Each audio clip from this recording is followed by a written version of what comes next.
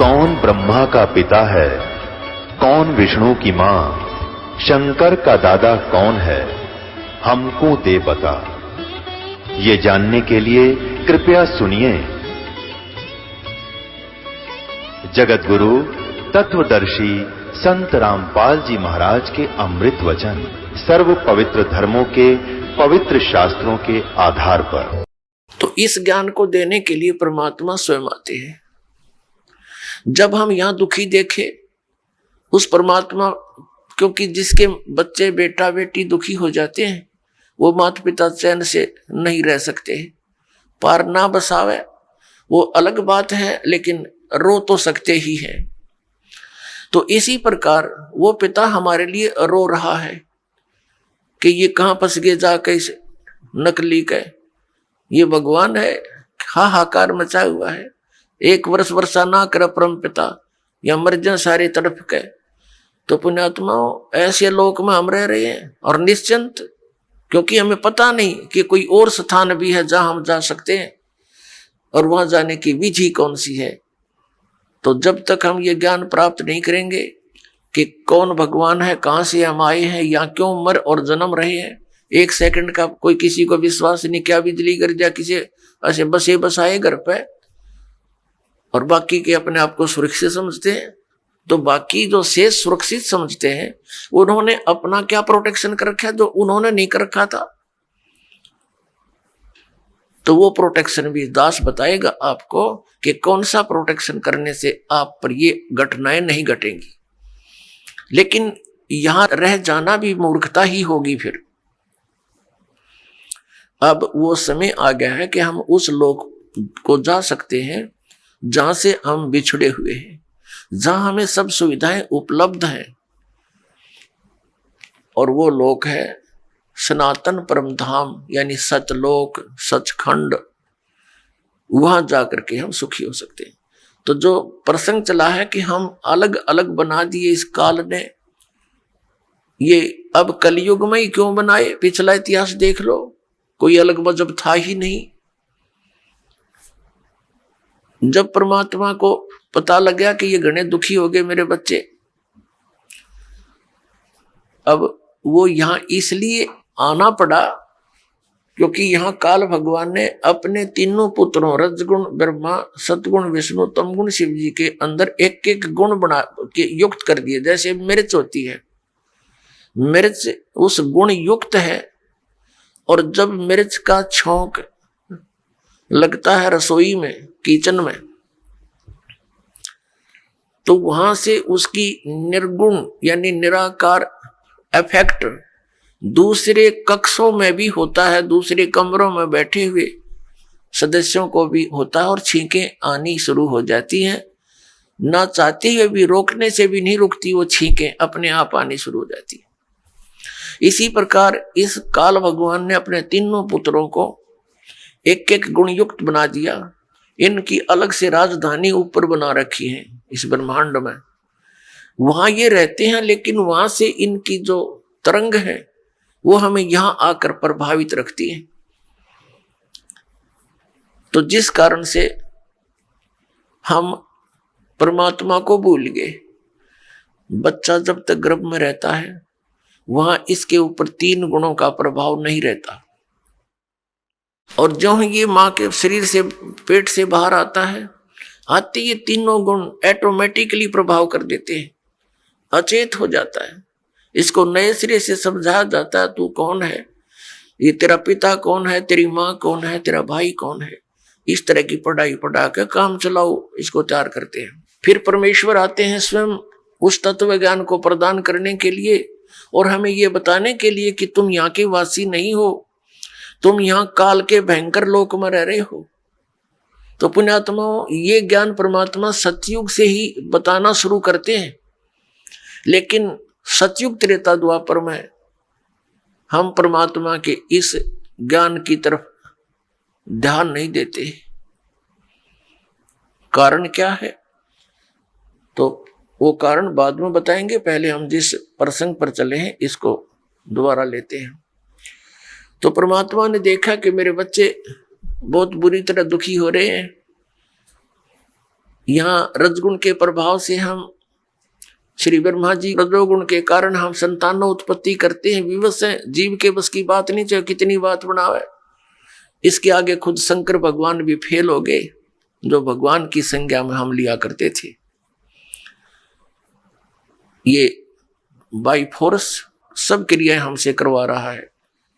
फिर एक दूसरे में मोह ममता, भाई बहन, पति पत्नी में, माता पिता के अंदर, संपत्ति में, ये मोह जो उत्पन्न होता है, ये एक ऐसा अनविजिबल रोप है, ये अदृश्य रस्से बांध रखे हमारे, ये जीव के बस का नहीं से दूर हो जावे। इसको सतीथी बोलते हैं। और तमोगुण से आप परिचित हो, जरा सी बात पर झगड़ा हो जा, लट्ठम लट्ठा गोली चल जा, ना जाने कितने आदमी मर जा। और ये संहार करने में की सेवा इसको दे ही रखी अपने पुत्र को, काल भगवान ने शिव को, तमोगुण शिव को। तो पुण्यात्मा परमात्मा जब वहां आए, उन्होंने देखा कि मेरे बच्चे बहुत बुरा हाल हो रहा है। और ऊपर से इसने क्या बना रखा है कि इसको एक श्राप लगा हुआ है। किसको? ब्रह्म को। इसने सतलोक में एक गलती की थी।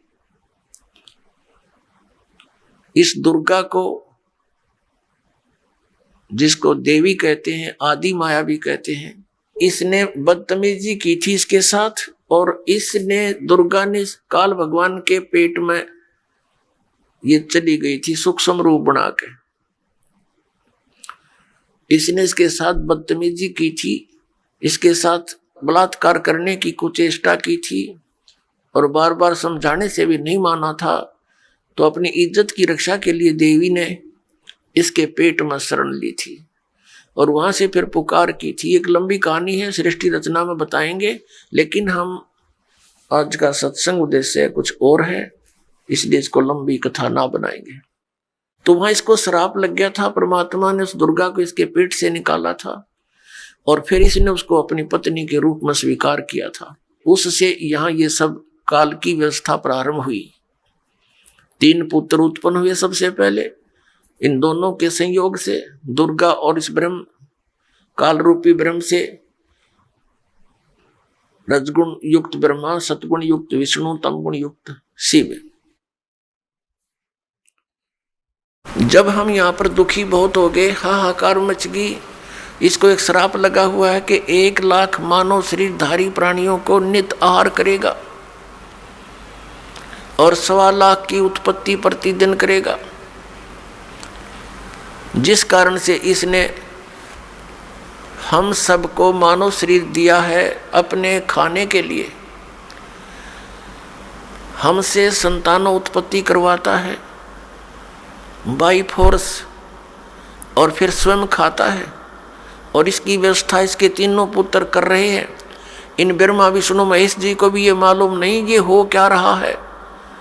यदि इनको ये विश्वास हो जाए कि तुम्हारे कारण ये सब कुछ ये हो रहा है, तो ये भी सरेंडर कर देंगे। लेकिन इनको विश्वास नहीं हो पा रहा। परमात्मा ने आकर भी इनको समझाने की चेष्टा की थी, पर काल के दबाव से इन्होंने स्वीकार नहीं किया था। इसको मानव शरीर धारी प्राणियों के सूक्ष्म शरीर को तपस्या पर भून कर खाता है ये उनको। यानी मनुष्य के पूरे जीवन में जो भी ये प्राणी खाता है, पीता है, व्यसन करता है, उसका सूक्ष्म अंश सूक्ष्म शरीर के अंदर लिप्त हो जाता है। फिर वो आसानी से नहीं निकलता वो गंध। उसने एक व्यवस्था बना रखी है, एक तपस्या बना रखी है, कुकर। उस कुकर में डाल देता है और उनको तब तक उबालता है जब तक उनसे वो गंध ना निकल जा। जीव मरता नहीं, लेकिन वहां जब उबालता है बुरी तरह तड़पते हैं, बुरा हाल कर लेते हैं। और उसने टाइम फिक्स कर रखा, उसके बाद फिर वो अपने आप वहां से खोल देता है कुकर को। यानी उसकी शब्द शक्ति से वो कुकर खुलता और बंद होता है। यानी वो प्राणी उड़ जाते हैं आकाश में और उनसे निकले हुए गंध को ये आहार करता है। आप देखते हैं किसी भी समाज यानी धर्म को देखिएगा, मनुष्य का जो आहार है वो कितना उत्तम दे रखा है। यहाँ पर गेहूं है, चावल है, घी है, शक्कर है, बूरा है, दूध है, दही है, काजू, किस्मत, सेब, संतरे, मेवा है, फल है, कितने सुंदर। इन सब को त्याग के मांस खाना प्रारंभ कर देता है। इनको सबको त्याग के ये हुक्का बीड़ी बना लिए ठूठे, इनको पीता है। बताइए क्यों पीता है? क्योंकि ये काल मन रूप में सब में विद्वान हो गया और इसने ही ये सब क्रियाएं करवानी है ताकि इसका चटपटा आहार बने और जिससे इसका जो भोजन है वो स्वादिष्ट बन जावे। हमें वह भून कर खाता है, जीव मरता नहीं। अब यहां आपके मन में एक शंका उत्पन्न होगी कि भाई इसको श्राप दिया किसने? हमारे पिता ने, परम पिता ने, सतपुरुष ने, कबीर देव ने। तो फिर यहां भी शंका उत्पन्न होगी क्योंकि अभी तक ये तत्व ज्ञान आपने सुना नहीं। बाकी जो ज्ञान आपने परंपरागत सुने हैं उनमें आपको कोई डाउट रहा नहीं, चाहे वो कैसे भी हो। और ये नया ज्ञान सुनते हैं तो ढेर सारी शंकाएं मन में उत्पन्न हो जाती है, स्वाभाविक है। अब आपके मन में ये आवेगा कि तो फिर भगवान ने इसको श्राप दे ही दिया, वो श्राप ही नहीं देना चाहिए था। पुण्यात्माओं, आप देखते हैं 84 लाख प्रकार की योनियां, कीटाणु, ये जीव जंतु, पशु पक्षी, इसने योनियां बना रखी है। यदि परमात्मा इसको ये श्राप नहीं देता तो ये मानव शरीर नहीं देता आपको, और मानव शरीर नहीं देता तो आप कभी भी स्वदेश नहीं जा सकते थे।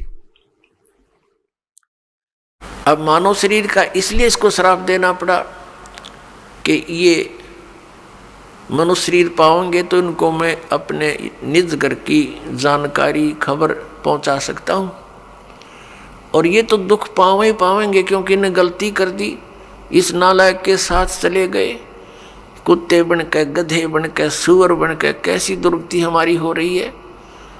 तो पुण्यात्माओं, परमात्मा का जो ये अध्यात्म ज्ञान है ये बिल्कुल सत्य है।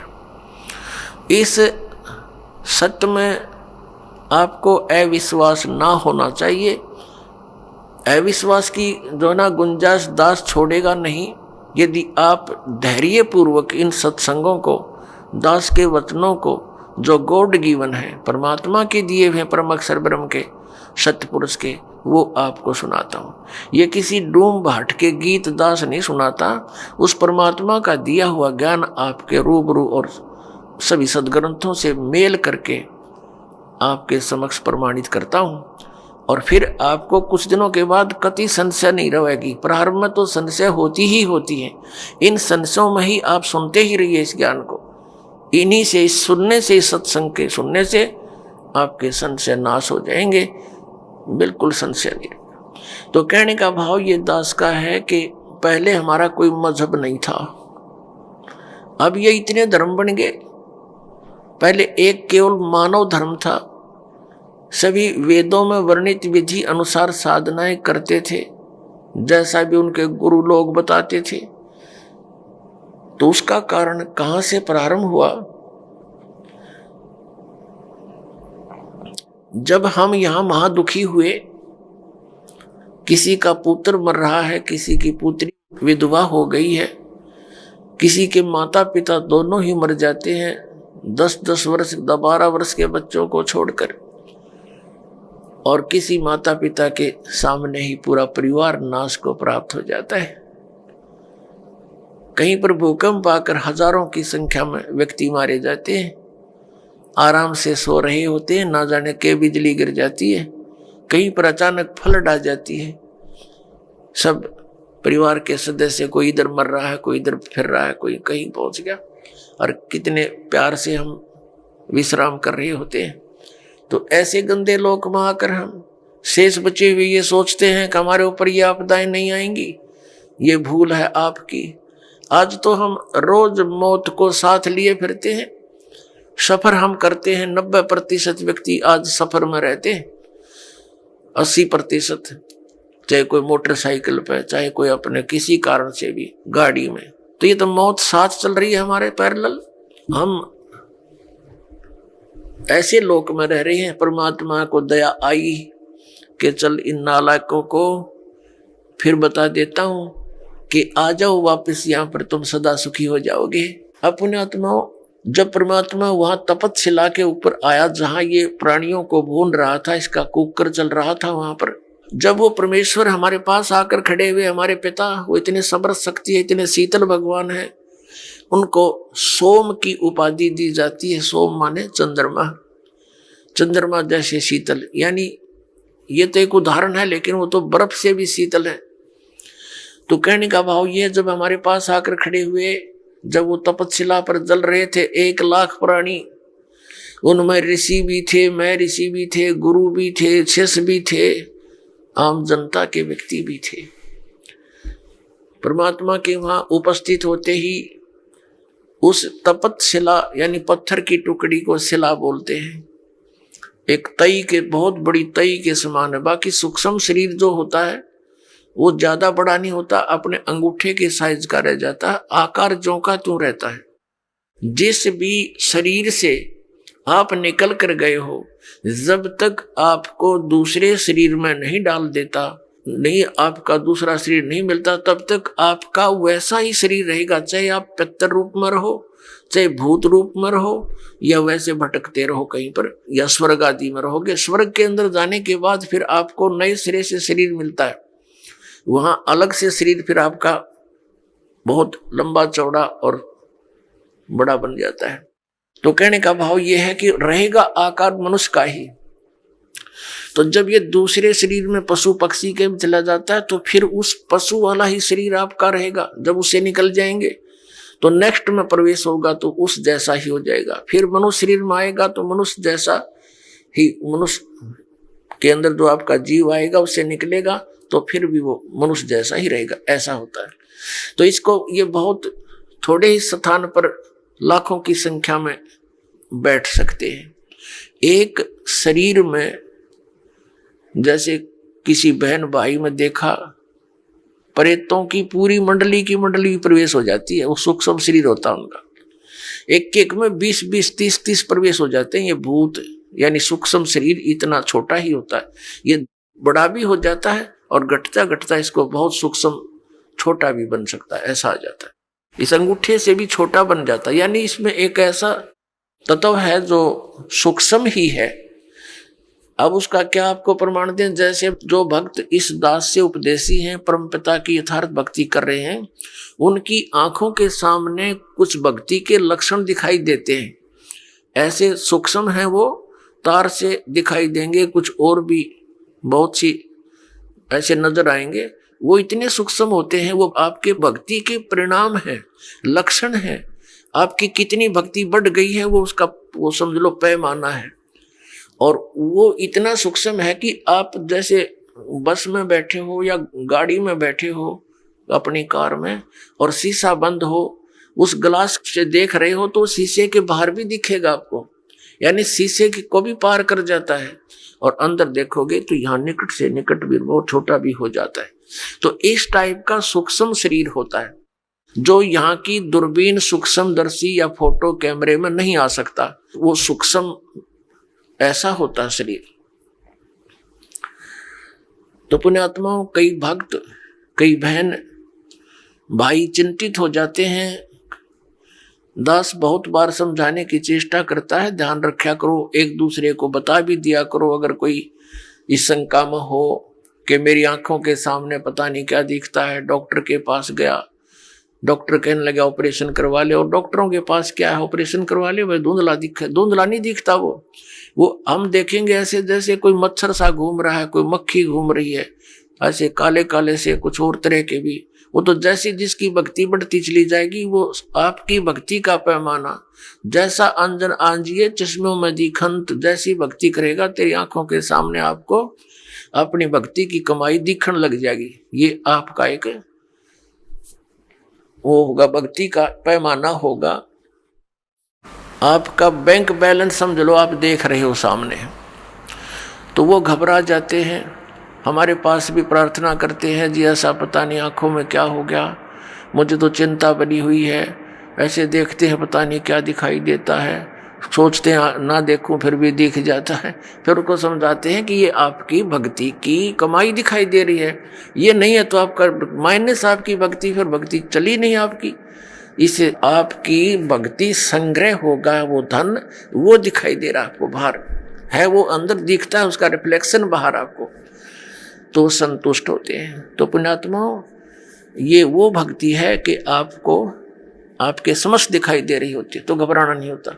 तो प्रसंग ये आता है कि वहां तपतशिला के ऊपर फिर वो उनको भून रहे थे, परमात्मा आकर खड़े हो गए। वो तपतशिला तो ज्यों की तो गर्म है, बहुत ज्यादा उसका जो है टेम्परेचर है, तापमान है, लेकिन परमात्मा के वहां पहुंचते ही वो उसकी जो आंच है, उसकी आंच जो है उन तपतशिला पर पड़े हुए गिरे हुए उन प्राणियों को प्रभावित नहीं कर रही थी। तो जैसे आपके सिर में दर्द हो तेज, तो आपका बोलने भी दिल ना करे, चाहे कितना प्यारा व्यक्ति बैठा हो, और जब वो दर्द ठीक हो जाए खूब बतलाओ घंटों तक, तो ऐसे उनकी वो पीड़ा खत्म होगी तो सब बैठ गए ऐसे। और देखा, उन्हें सोचा भगवान आ गया, और कहा हे भगवान, उन्हें सोचा तो ये था कि यहाँ भगवान आ गया, और वो आ गया रियल भगवान, रियल गॉड आ गया वहां पर। उसने कहा, सब प्राणियों ने पूछा, हे परमात्मा, हम अब यहाँ कौन से कर्म का दंड भोग रहे हैं? क्योंकि यहाँ हमने विधान का पता है कि जैसे कर्म करेगा वो भोगने पड़ेंगे। यदि पाप करोगे तो पाप भी भोगने पड़ेंगे, पुण्य करोगे तो पुण्य भी प्राप्त होंगे, या जैसा कर्म करोगे वैसा ही मिलेगा। और परम पिता परमात्मा परम अक्षर ब्रह्म सत्य पुरुष कबीर साहिब का विधान है कि यदि उनकी सत भक्ति करोगे तो आपके पापों का नाश कर दिया जाएगा। पाप आपको भोगने नहीं पड़ेंगे, लेकिन भविष्य में गलती ना करना, एक कंडीशन भी साथ रखी जाती है। तो वहां जब वो प्राणियों ने पूछा कि हे भगवान, हम कौन से कर्म का दंड भोग रहे हैं, तब परमेश्वर ने कहा कि ये कर्म जिसका तुम यहाँ दंड भोग रहे हो, ये कर्म तुम्हें इस काल के लोक में नहीं किया, यो किया था सतलोक में, और वहां तुमने ये ऐसी गलती की थी जिस कारण से आप ये दंड भोग रहे हो।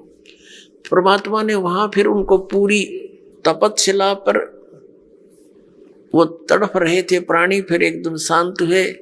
उनको परमेश्वर ने पूरी सृष्टि रचना सुनाई और कहा कि तुम सभी सतलोक में रहा करते थे, वहां कोई कष्ट नहीं था, वहां जन्म और मृत्यु नहीं थी, तुम्हारा परिवार था, वहां पर अलग अलग आपके भिन्न भिन्न वहां पर मकान हैं, आपके वो खाली पड़े हैं।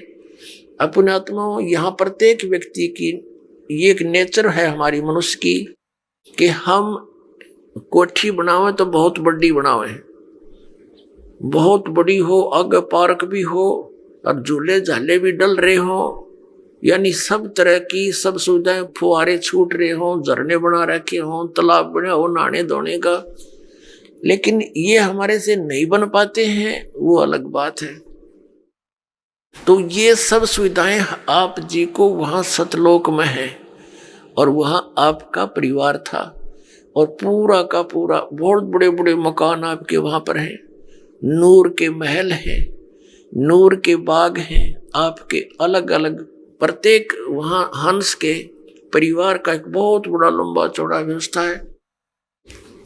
और वहां सदाबहार बाग बगीचे हैं, वहां पर सब अमृत आहार है, दूध और दही आदि के वहां सरोवर भरे रहते हैं। अपनात्मा, वहां कोई भी पदार्थ खराब नहीं होता। जैसे ये गंगा एक दरिया है अपने भारतवर्ष में, इसका जल कभी खराब नहीं होता, और आज तक वैज्ञानिक ये अपने आप में सोचे हैं भगवान है नहीं, ये नहीं बता सके कि ये क्या कारण है। हिमालय से कितनी दरियाएं आ रही हैं, उसके जल को कितने दिन रखो आप खराब नहीं होता। ये एक सैंपल है सतलोक के पदार्थ का। ये सतलोक से आई है ये गंगा, और सतलोक से आई है ये निरंजन काल के लोक में, फिर आई है ब्रह्मांड में, जहां ये काल का एक टॉप, ब्रह्मांड के शिखर में टॉप में इसका अलग से एक गुप्त स्थान है। ये पहले वहां आकर गिरी, वहां इसका बहुत बड़ा सरोवर था, वो 6 महीने में भरा। वहां से फिर आई विष्णु के लोक में, वहां का सरोवर भरा। उसके बाद फिर आई है शिव के लोक में, यहाँ जो इस काल का पुत्र है शिव, उस शिव के लोक का भी एक जटा कुंडली डैम है, एक बहुत बड़ा सरोवर है, वो 6 महीने में फुल हुआ वो भी। फिर वहां से फिर ये ओवरफ्लो होकर वहां से चली, वहां से आ रही है। ये इसके आने का तरीका दूसरा है। जैसे समुद्र से यहाँ वर्षा जो होती है तो समुद्र का जल कैसे वहां से चलता है, वाष्प बनकर उठा, बादल का रूप धारण किया, करोड़ों टन जल ऊपर आकाश में बगैर किसी सपोर्ट के उसका रूप बदल दिया परमात्मा ने। बादल का रूप बन रहा है, करोड़ों टन वाटर है और आराम से आसमान में निरालंब है, और फिर आके बरसन लग गया। तो ऐसे ही ये वहां से सूक्ष्म रूप से गंगा वहां से शिव के लोक से गिरती है, वाष्प रूप धारण करती है। इसकी वाष्प का एक निर्बाध वे है, वो सीधा आकर के हिमालय के उस स्थान पर आकर बर्फ रूप में बन जाती है, और वहां से मेल्ट होकर के वो कंटिन्यूस नीचे आ रही है। तो ये सैंपल है उस परमात्मा के सतलोक के पदार्थों का। वहां कभी यहां भी खराब ना होती से गंदे लोक में, वहां तो बड़ा स्वच्छ स्थल है। तो परमात्मा ने सारी सृष्टि रचना बताई कि पुत्रों बच्चों, तुमने एक भयंकर भूल करी थी। ये काल भगवान वहां तपस्या कर रहा था, तो तुम उस पर आसक्त हो गए, और वो तपस्या कर रहा था कि मुझे अलग स्थान चाहिए। सत्ययुग तप इसने एक किया, उसके प्रतिफल में परमेश्वर सत्य पुरुष ने, कबीर साहिब जी ने इसको 21 ब्रह्मांड प्रदान कर दिए। तप से राज्य प्राप्त होता है। इसने फिर सत्ययुग तप किया। फिर परमात्मा ने पूछा कि तू क्या चाहता है। इसने कहा जी भगवान मुझे कुछ कंस्ट्रक्शन करने की सामग्री दे दो, मटेरियल दो। ये ब्रह्मांड 21 ब्रह्मांड तो ऐसे हैं जैसे खाली प्लाट पड़े हो। परमात्मा ने इसको 5 तत्व और 3 गुण प्रदान कर दिए कि ले तू अपना खेल ले खिलौना। तो इसने सोचा कि कंस्ट्रक्शन भी कर लूंगा, मकान बना लिया प्लाट में, फिर मैं अकेला इनमें करूंगा क्या, मेरे साथ कुछ प्राणी भी होने चाहिए। इसने फिर तप शुरू किया। तब इसने क्या मांगा कि भगवान मुझे कुछ जीव दे दो। 64 युग जब तप कर लिया, परमात्मा ने पूछा कि अब क्या चाहता है, जो मांगा तुझे मैंने दे दिया। तब इसने कहा कि परमात्मा कुछ आत्माएं दे दो, मेरा अकेले का दिल नहीं लगता। तब परमेश्वर ने कहा था देखो भाई, तेरे तप के बदले में और कोई प्लाट चाहिए ले ले, लेकिन ये आत्मा मेरी अंश है, नहीं दूंगा, क्योंकि ये सब मेरे ही शरीर से उत्पन्न हुई है, मेरे वचन से उत्पन्न हुई है, मेरे बच्चे हैं। अपने आत्मा जिसका लाग गया वो जाने। जैसे इन बहनों से पूछ कर देखो, पिता में भी ममता इतनी नहीं बनती बच्चों में जितनी माँ में बनती है। एक बहन को एक बच्चा हुआ, उसके ना हाथ ना पैर ना सिर, एक रसोड़ी सी, और थोड़ी देर तड़फा और खत्म हो गया। उसके लिए भी बुरी तरह रो रही है, टक्कर मार मार के, हाय मेरा बच्चा, हाय मेरा बच्चा। अब इसी प्रकार हम परमात्मा के बॉडी से निकले हैं, उसके वचन से। और पुण्यात्माओं, जो ये लोग कहते हैं, कुछ दिग्भ्रष्ट व्यक्ति आचार्य पद प्राप्त करके, गुरु पद प्राप्त करके, इन्होंने ठेका ले रखा है जनता को गुमराह करने का और शास्त्र विरुद्ध ज्ञान बताने का। ये कहते हैं जीव ही परमात्मा है और अस्तित्व है ही नहीं। अब जैसे ये साथ में उदाहरण भी लेते हैं तुलसीदास कृत रामायण की चौपाइयों का। गोस्वामी तुलसीदास जी ने भी कहा है कि ईश्वर अंश जीव अविनाशी, ईश्वर का अंश है ये जीव, लेकिन ये है अविनाशी। अब अविनाशी की रचना अविनाशी ही होती है, तो परमात्मा का अंश है ये जीव, उसने अपने वचन से सभी आत्माओं को रचा था। तो कितनी ममता उस परमात्मा की आपके अंदर। आप तो समझ नहीं सकते इस बात को, क्योंकि आपने यो ज्ञान कदे सुना है नहीं। यदि सतलोक और सचखंड की महिमा सुनाने वाले ये नकली पंथ थे, ये राधा स्वामी और ये सच्चा सौदा वाले और ये जय गुरुदेव वाले और ये निरंकारी जनोद वाले, ये सारे नकली थे, न कख नहीं पता सतलोक और सचखंड का। ये काल प्रेरणा से काल ने पहले भेज दिए थे कि इतना रोड़े रड़ा दूं उस सतलोक और सचखंड के ज्ञान को कि कोई सच्चाई बताने वाला आवे सतलोक तय तो इनका पल्ला पड़ा ही नहीं, कुछ भी इनके गले उतरे नहीं।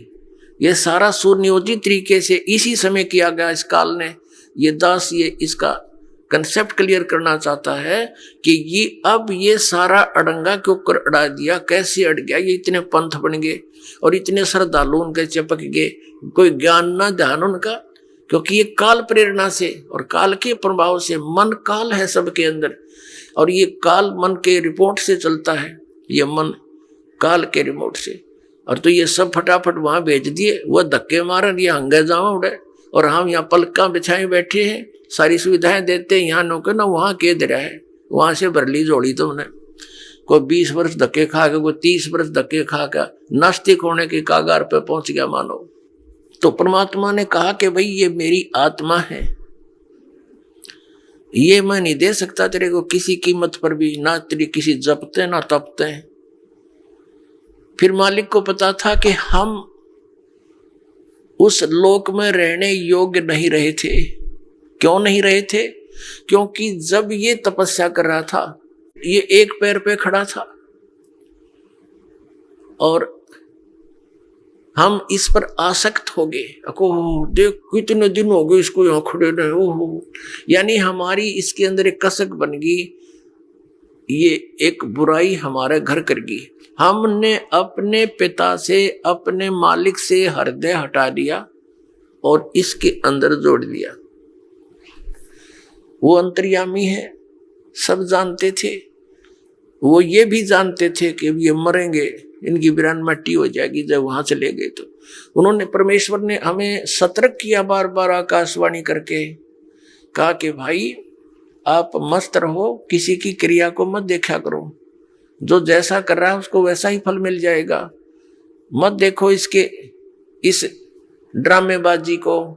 हम ऊपर से तो सावधान हो गए, अंदर से कसक नहीं गई और इतनी प्रबल कसक होगी कि हम एक बंधन में बंध गए इसके साथ, ममता से, मोह से। परमात्मा अंतर्यामी है, वो जान गए कि ये गए काम तय। तो फिर परमात्मा ने कहा कि भी एक बात सुन। अब परमेश्वर ने यह भी सोचा कि जहां अगर ये रहेंगे तो औरों को भी खराब करेंगे, इसके साथ जाने में ही यहाँ का हित है। जैसे पुण्यात्माओं, एक सेब विक्रेता है, सेब, और उसको कितनी प्यारी है वो सेब, एक सेब मानो 10 रुपए की होती है, और उन टोकरे में सेब के ढेर में एक सेब भी उसको खराब नजर आती है, तुरंत निकाल कर बाहर फेंक देता कूड़े में, कई नौरा ने भी फेंक खराब करेगी। वो उसका शत्रु नहीं, लेकिन उसको पता है कि और घना नाश कर देगी या मेरा एक इसके ऊपर चिपक लालच करता रहा तो वो देर नहीं करता, उसको निकाल कर तुरंत बाहर कूड़े में फेंक देता, फिर उसको सूअर खाते हैं। तो परमात्मा के हम कितने प्यारे थे, लेकिन हम उस सेब की तरह खराब हो गए, तो हमारा वहां से निकालना अनिवार्य हो गया था। अब क्या हुआ कि इस काल ने जब ये कहा कि भगवान मुझे कुछ आत्मा दे दो, परमात्मा ने मना कर दिया। फिर कहा कि देखो एक शर्त पर दे सकता हूं, यदि कोई सब इच्छा से तेरे साथ जाना चाहता है तो मैं भेज दूंगा, वैसे मैं नहीं भेजूंगा। परमात्मा को पता था कि ये डटे भी ना डटे, ऐसी इनका चाव चढ़ रहा है, इसके साथ जाने का चाव लगा हुआ है, उमंग है, पता नहीं क्या लुटाएंगे वहां जाके। अपने आत्माओं यही बीमारी हमारा लगी थी जो आज विद्यमान है। ये जैसे हीरो और हीरोइन, अभिनेता अभिनेत्री अपने पेट के लिए चटक मटक करते हैं सारा दिन हैं, और ये नौजवान बालक इतने आसक्त हो जाते हैं कि वो मेरा फेवरेट हीरो है, वो मेरी फेवरेट हीरोइन है, और लेना एक न देना दो इनका। उनसे क्या मिलेगा उन फेवरेटों से इनको? अब जैसे यहाँ बरवाला में आ जाए कोई हीरोइन या हीरो है, ये फिल्मी नेता अभिनेता, ये देखो इन नौजवान बच्चों को जिसने भी पता चलेगा वही रोटी खाता होगा, रोटी खाता छोड़ दिया मैंने खाना, और फट जो भाग लेगा अपना व्हीकल या जो भी साधन उपलब्ध है, और वहां देखेगा 1 किलोमीटर दूर खड़े न मंच के ऊपर, अन्नो देखे जाएंगे वो खड़ा वो खड़ी, सारा दिन धक्के खा के वापस आ जा, कह दिया उस खड़े खड़ी ने तुम्हारे को। तो ये बीमारी हमारे सतलोक में लगी थी, इसके ऊपर हम आसक्त हो गए, वही एज इट इज आपके हृदय में आज भी वो वासना समाई हुई है।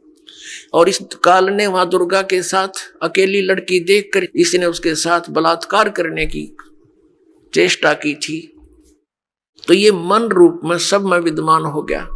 और यही दशा आज सभी प्राणियों की हो रही है कि 90% तो अवश्य से प्रभावित होते हैं। कुछ पुण्य आत्माएं हैं वो अपना बहुत विचार करके अपने मन को रोक लेते हैं, वो अलग बात है।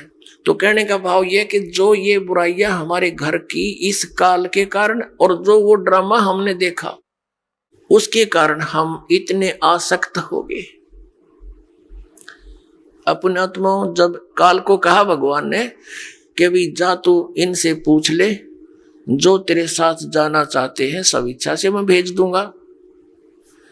ये सृष्टि रचना सुना रहे परमात्मा दास, सिर्फ एक सिंपल सी सुना रहा। आज का जो विषय है कि ये मजहब क्यों बन गए और ये नकली पंथ क्यों चल गए, ये पहले ना चले, इस विषय को, इस कंसेप्ट को क्लियर करने के लिए अभी तो भूमिका बनाई जा रही है। ये सृष्टि रचना दास कंप्लीट नहीं सुना पा रहा है क्योंकि समय के अभाव से। तो अब बात यह है कि वो ये जो काल भगवान है, ब्रह्म सरपुरुष, ये हमारे पास आया और कहा कि पिताजी से मैंने तपस्या करके ऐसे ऐसे 21 ब्रह्मांड लिए हैं और 5 तत्व और 3 गुण प्राप्त कर लिए हैं, इनके द्वारा वहाँ ऐसे बनाऊंगा, वैसे बनाऊंगा, स्वतंत्र रहा करेंगे वहां पर। हम तो पहले ही तैयारी थे, हमने सब ने कहा कि देखो हम आपके साथ चलने को तैयार हैं, लेकिन पिताजी की आज्ञा मिल जाए तो चल सकते हैं। तो उसने आकर के परमात्मा से बताया कि हे प्रभु, कुछ आत्माएं मेरे साथ जाने को तैयार हैं, आपकी आज्ञा चाहते हैं। परमेश्वर कहने लगा मेरे साथ चल, मेरे सामने हाँ भरवा दे, मेरे सामने उनकी सहमति करवा दे, तब मैं भेजूंगा। परमात्मा और ये काल, ये ब्रह्म सरपुरुष, ये वहां आया। परमेश्वर ने पूछा भी जो भी इसके साथ जाना चाहते हैं हाथ खड़ा करो, स्वीकृति दो अपनी। अब परमात्मा के सामने सब लज्जित हो गए कि अपने मालिक के सामने कैसे कहें हम इसके साथ जाएंगे, नीचे गर्दन कर ली, सन्नाटा सा छा गया। तो परमेश्वर ने कहा कि देख भाई, तू तो कह रहा था तेरे साथ कुछ जाने को तैयार है, कोई बोल नहीं रहा, क्या तू झूठ बोल रहा था? तो उसी समय एक आत्मा खड़ी हुई और उसने खड़ा होकर कहा कि पिताजी मैं जाना चाहता हूं इसके साथ। अब उसके खड़ा होते फिर हमने सोचा कहीं ये अकेला लूट ले सारा कुछ, हम रह गए पीछे, तो हमने भी दोनों हाथ खड़े कर दिए।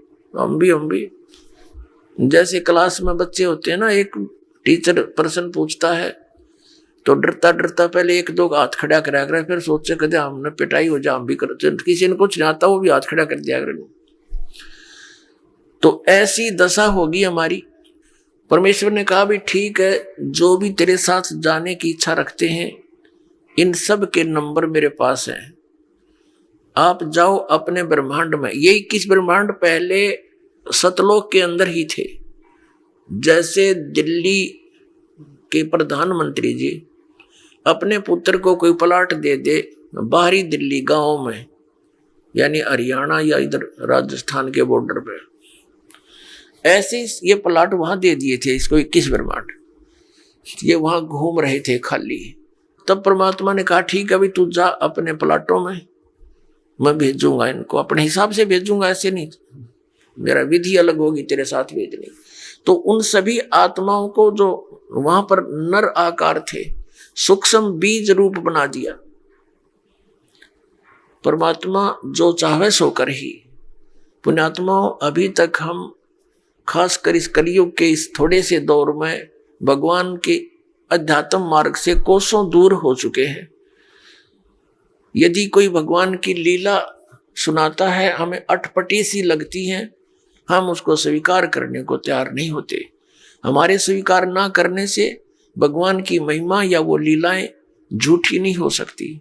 जैसे जब हम छोटे छोटे थे उस समय क्या देखा करते थे, ऐसे तगड़े तगड़े बूढ़े बुजुर्ग, और उनके विषय में बताया करते थे ये 5 मन 40 किलो का 1 मन होता है, यानी 200 किलोग्राम वजन को सिर पे रखकर, और लकड़ी की सीढ़ियां, खड़ी सीढ़ियां होती थी, खड़ी लकड़ की, एक तो पौड़ी होती है ऐसे, जो वो खड़ी पौड़ी होती थी, और छत पर मिट्टी डालते होते थे, कच्ची मिट्टी छत देते थे नए मकान। कहते हैं ये 200 किलो वजन को उसके बड़े बड़े टोकरे होते थे, जाले बोला करते उनको, उसको भरकर इसके सिर पर रख देते थे इनका, और ये ऊपर चढ़ कर और वहां डाल आते थे। अब ये बात और 100 साल के बाद अगर कोई कहेगा ना, उसने मूर्ख बताया करेंगे, राम आंखों देख रखे।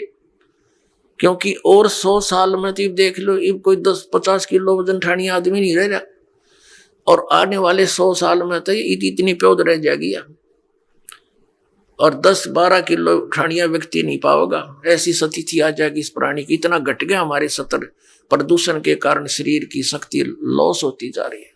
और इससे और पीछे जाए तो और तगड़े तगड़े व्यक्ति थे। भीमर की कथा हम सुने तो कोना सिर गले उतरती, और वो सच्ची थी सारी।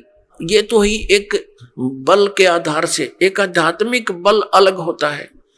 अगस्त ऋषि जी ने 7 समुद्रों को एक ही घूंट में ऐसे चुलू उठाई थी और ऐसे पी लिया था, खाली हो गया था ये बिल्कुल।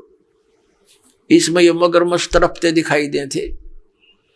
और फिर प्रार्थना की गई, हे ऋषि जी ये तो सब बुरा हाल हो जाएगा, यहाँ का बैलेंस बिगड़ जाएगा, आप भी नहीं रहोगे क्योंकि पृथ्वी पर वर्षा का अभाव हो जाएगा, सब प्राणी मर जाएंगे।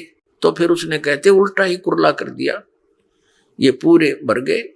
तो ये कोई बड़ी बात नहीं है। और आप इस पे भी नहीं विश्वास कर पाओगे तो अध्यात्म मार्ग में नहीं चल सकते। इन कलियुगी ऋषि, नकली गुरुओं ने, महर्षियों ने जो हमें भगवान की इन कथाओं से दूर कर दिया कि ये झूठी है, ऐसा नहीं हो सकता, द्रौपदी की साड़ी नहीं बढ़ सकती, ये इस तरह की बकवाद गढ़ दी, जबकि ये सारी सच्चाई है। परमात्मा जो चाहे वैसा कर दे, उसके एक वचन में सारे ब्रह्मांड उत्पन्न हो गए, तो वो क्या नहीं कर सकता। तो अध्यात्म मार्ग में पुण्यात्माओं अविश्वास नहीं चलता। और पहले हमारे पूर्वजों को अविश्वास नहीं था, और उस अविश्वास का और ब्लाइंड फेथ था उनका भगवान में और उन गुरुओं में। तो उन्होंने दुरुपयोग किया, नकली ऋषि, महर्षि, गुरुओं ने, ये वर्तमान के कलयुग क्या ने, कि उनके ब्लाइंड फेथ को कि जो गुरुजी बोल रहे हैं वो सारी सच्ची होती हैं। हमने ब्लाइंड फेथ किया, और जो मार्ग उन्होंने बता दिया हमने ये सोचकर ग्रहण किया कि ये हमारे सदग्रंथों से ही पढ़कर सुनकर वहीं से इन्होंने ज्ञान दिया।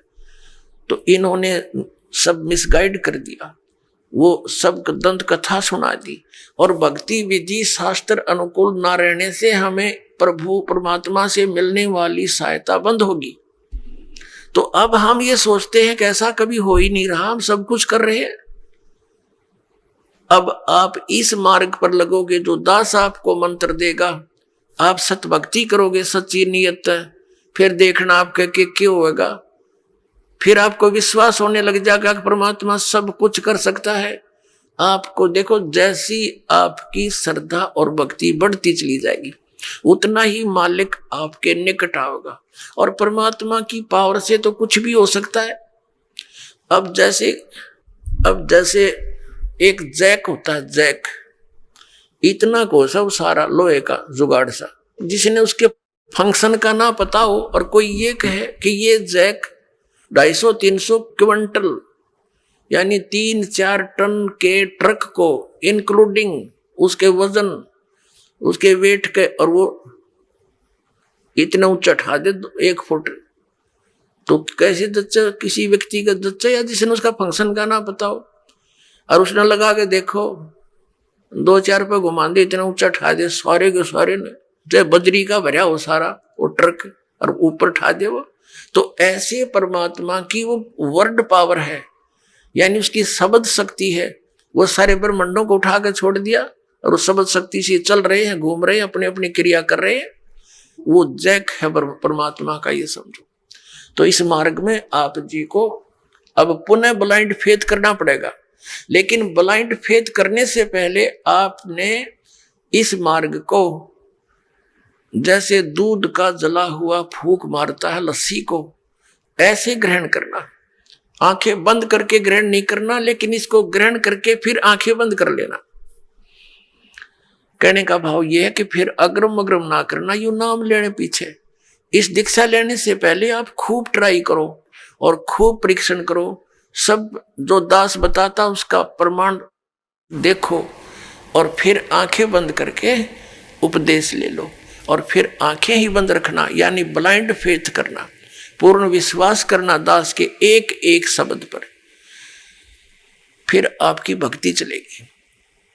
अब तो आप आते हो दूध के जले हुए और फिर यहां फूंक मारते हो लस्सी को भी, कोई बात नहीं, कुछ दिन के अंदर आपको अपने आप डिफरेंशिएट का पता लग जाएगा। और खूब ट्राई करो पहले, फिर बाद में अगन बगन करोगे तो भगवान का लाभ मिलना बंद हो जाएगा। दीक्षा लेने के बाद यदि आप दास के वचनों में अविश्वास करते हो, आपका नाम नहीं रहेगा। कहे कबीर सुनो भी साधो, मैं तो हूं विश्वास में। अब उस परम पिता परमेश्वर परम पूज्य कबीर जी, जो एक जुलाहा जाति में, एक झोपड़ी में रहने वाला, एक धोती लंगोटी में रहने वाला, और उसको भगवान मानना बालकों का खेल है, लेकिन वो परमात्मा है और थे और रहेंगे, क्योंकि हम समझ नहीं सके। अब उसको कोई परमात्मा मान सकता है? जब दास ने प्रारंभ में कहना शुरू किया तो लोग मजाक किया करते थे कि देख यो भी दानक हो गया। अरे भले हुए क्यों, हम तो लेट हो गए, दानक होने में हमने तो पहले होना चाहिए था जब पता लग जाता था। कहने का भाव ये था कि दानक का अर्थ है कबीर पंथी। उस कबीर पंथ परमात्मा परमेश्वर के द्वारा दिए हुए वे ऑफ वर्शिप पे, उस रास्ते पर चलने वाले तो हमने पहले बन जाना चाहिए था। हमारे दादे परदादों ने बन जाना चाहिए था। वह भूत बने फिरे नकली संतों और पंथों, इन गुरुओं के शास्त्र विरुद्ध ज्ञान को सुन सुनकर अरीब उनके श्राद्ध निकलवावे, वह भूत बने फिरे आप खावे, क्योंकि तुम्हारे पिताजी स्वर्ग में दुखी हो रहे हैं। अरे स्वर्ग की तो हो गया जहां दुखी हो रहे हैं, लोग ना नरक में डलवा दिए उल्टी साधना करवा के, और फिर आप पेट भरे और श्राद्ध के तुम्हारे पिताजी खावे। वाह भाई वाह। तो कहने का भाव ये पुण्यात्माओं, शास्त्र विरुद्ध साधना करने से हम बहुत हानि उठा चुके हैं। उस दानक जुलाहे कबीर जी को और भगवान मानना, ये भी एक 8वां जुबा के 10वां जुबा समझ लियो, लेकिन वो भगवान है ही। हमारे ना मानने से उनकी वो प्रभुता समाप्त नहीं हो सकती, क्योंकि हम नहीं पहचान पा रहे लाल है ये, हमें विश्वास नहीं हो पा रहा, तो ये हमारी बाल बुद्धि का ही परिणाम है। लाल तो इतनी ही कीमत रखता है, वो लाल है, वो पूर्ण परमात्मा है, और वहां लीला करने के लिए सह शरीर आए थे, सह शरीर चले गए थे, और पूरा ज्ञान उन्होंने हमें बताया आकर के, जो दास आपको बता रहा। तो प्रसंग चल रहा है, हम उसी पर आते हैं। तो इसी प्रकार जब आप जी दीक्षा ले लेते हो, उसके बाद फिर दास जो वचन बोलता है और आपके मन में अविश्वास उत्पन्न होता है तो आप कमजोरी में आ चुके हो, क्योंकि आप कितने दिनों से भक्ति कर रहे होगे, जब से जन्म हुआ। पवित्र हिंदू धर्म में तो शायद कोई ही व्यक्ति ऐसा होगा नास्तिक जो भगवान नहीं कहता हो या उसको नहीं मानता हो। वैसे तो मुसलमान धर्म में भी भगवान अल्लाह वो सभी मानते हैं, ईसाई धर्म में भी मानते हैं, हिंदू धर्म में भी मानते हैं। और आप कितने दिन से ज्ञान सुनते आ रहे हो, और दास जो भी ज्ञान आपको सुना रहा है उनके एक पॉइंट को क्लियर करने के लिए 3-3, 4-4 प्रमाण देता है। और पहले आपने जो अज्ञान सुन रखा था उसका कोई सिर पैर नहीं और आपको स्वीकार्य था। अब ये क्यों अग्रम अग्रम इतनी हो रही है आपके माइंड में, काल को ये चिंता बनी रहती है, कहीं ये इस मार्ग पर दृढ़ ना हो जा और इसका बेड़ा पार ना हो जा, तेरे हाथों से ना निकल जा। तो पुण्यात्मा, उपदेश लेने से पहले दास ने बहुत सुविधा उपलब्ध कर रखी है। जिन दिनों में सत्संग होता सत्संग सुन करो। फिर परमात्मा ने दया बख्श रखी है एक पवित्र टीवी चैनल पर, उसने साधना के ऊपर शाम को 8 बजे सत्संग आता है, वहां सुनते रहो।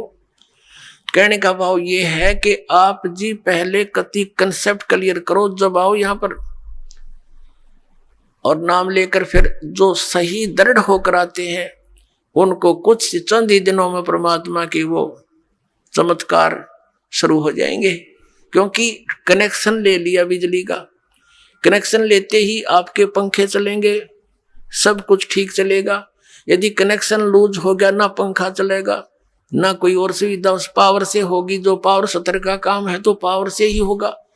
तो इस प्रकार आपका अगर कनेक्शन लूज रह गया, यानी आपका नाम खंडित हो गया, तो मालिक की पावर आपके घर पर या आपकी बॉडी में काम नहीं करेगी। इसके लिए परमात्मा ने बताया है कि अनंत कोटि बाजी जहां अमन रचे सकल ब्रह्मांड ही, कहे कबीर मैं क्या करूं ये काल करे जीव खंड, कि मैं इतना समर्थ हूं। परमेश्वर कबीर जी कहते हैं अनंत कोट बाजी जहां मन रचे सकल ब्रह्मांड। और कबीर साहब कहते हैं, आदरणीय गरीबदास साहिब जी को कबीर साहब ने ये ज्ञान दिया था, ये वाणी गरीबदास साहिब जी की है, कि कबीर साहब ये कहते हैं, गरीबदास जी उसका समर्थन कर रहे हैं कि कबीर साहब ये कहते हैं कि मैं क्या करूं, यो काल मेरे से जीवों को खंड कर लेता है, इनके नाम खंड करवा के फिर मेरी पावर वहां काम कर नहीं सकती, ये ऐसा कर देता है। तो आप इसे सावधान हो। दीक्षा लेने में देरी हो जावे कोई दिक्कत नहीं, लेकिन लेने के बाद फिर ये समझ लेना हमें भगवान मिल गया, और फिर गुरु जी को परमात्मा के तुल्य मानना पड़ेगा, तब आपकी प्रॉब्लम सोल्व होएगी। भले ही पुण्यात्मा गुरु भगवान नहीं है, ये दास क्योंकि मालिक आए थे वो तो भगवान थे ही, वो भी गुरु थे, हमने उनको भी भगवान नहीं माना, लेकिन इस दास को आपने भगवान मानकर ट्रीट करना पड़ेगा, तब आपको सफलता मिलेगी। जैसे गणित के अंदर एक प्रश्न आता है ब्याज का, ऋण का। उस ऋण के अंदर क्या होता है कि हमने मूल धन खोजना होता है, बच्चों ने मूल धन प्राप्त करना होता है, वो प्रश्न ऐसा होता है। तो उसके अंदर मानना पड़ता है, मान लीजिए मूल धन 100 रुपये, वो मूल धन 100 रुपये होता नहीं, वो तो करोड़ों की संख्या में होता है, लेकिन वो करोड़ों की संख्या की राशि वाला मूल धन हमें तभी उपलब्ध होगा जब हम 100 रुपये को मूल धन मान लेंगे। अब समझदार को संकेत बतेरा, भले ही ये दास भगवान नहीं है, लेकिन उस मूल धन को पाने के लिए, यानी मूल मालिक को पाने के लिए आपने गुरु जी को एज ए गॉड ट्रीट करना पड़ेगा। यूं समझ ले कि मेरे सामने आज वो परमात्मा आ जाते हैं, इस दास के स्थान पर परमात्मा स्वयं भी आए थे। आज से 600 वर्ष पहले 120 वर्ष तक हमारे डले खाकर चले गए, हमारी गालियां खाकर चले गए, जूते खाकर चले गए। क्योंकि जिस बाप का बेटा शराब पी रहा हो और पिता जाकर उसको कहता महफिल में बेटा आजा तू ना नाश करे, तो वो झगड़ा कर देता पिता के साथ, हाथापाई भी कर देता है, एक तरह मेरी बेइज्जती कर दी, क्योंकि होश में है नहीं, नशे में है। तो हमने यहाँ काल के इस झूठे रंग की भांग पी रखी है। कबीर ये माया अटपटी सब गट आन अड़ी, और किस किस न समझाऊं या कुआ भांग पड़ी।